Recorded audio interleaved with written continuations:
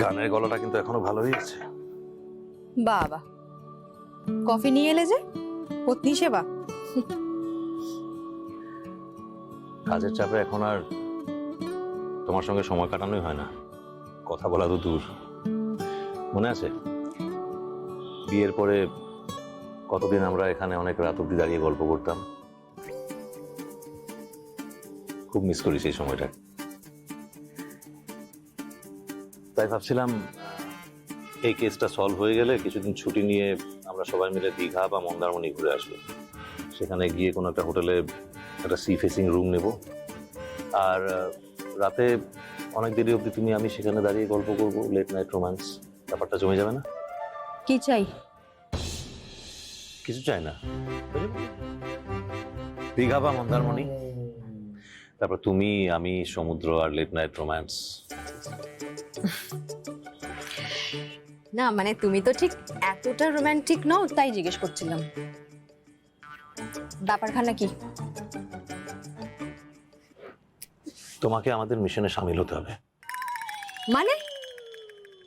হ্যাঁ দেখো, আমরা বাসুদেবকে ধরার প্ল্যান করছি।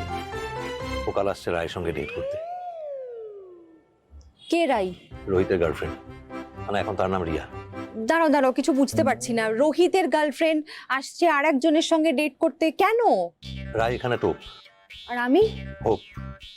তোমাকে ছাড়া মিশনটা সাকসেসফুল হবে না মধু, বিশ্বাস করো। কি করতে হবে আমাকে? দেখো রায় এখানে একা থাকে, তোমাকে তার বৌদি হতে হবে। আমি এসব পারবো না, এই মাথা খারাপ নাকি? দেখো বাসুদেবের সামনে আমরা কেউ যেতে পারবো না।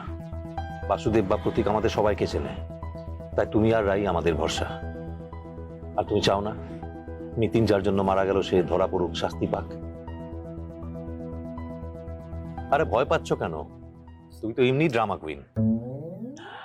মানে কলেজে তুমি এত ড্রামা কম্পিটিশনে ফার্স্ট হয়েছো, তুমি ঠিক পারবে। আরে বাবা, কলেজে ড্রামা কম্পিটিশন আর একটা ক্রিমিনালের সামনে অ্যাক্টিং করা কি এক হলো? আকাশ আর পাতালের তফাৎ। ও কিচ্ছু না, তুমি ঠিক পারবে, আমার তোমার উপরে পুরো আস্থা আছে। দেখো তুমি তুমি পারবে, আমি তো জানি। হবে না ইন্দ্র, হবে না। আরে হবে। আর একটা ছোট ব্যাপার, খালি বাবাকে একটু শিখিয়ে পড়িয়ে নিতে হবে ব্যাস। বাবা কি করবে? মানে বাবাও আছে এর মধ্যে? বাবা কিন্তু ছড়াবে ইন্দ্র। ঠিক পারবে বাবা, আগে যাত্রা করতো, ঠিক টেনে দেবে। আর তুমি তো আছো, ম্যানেজ করে নিও। কোথায় যেতে হবে?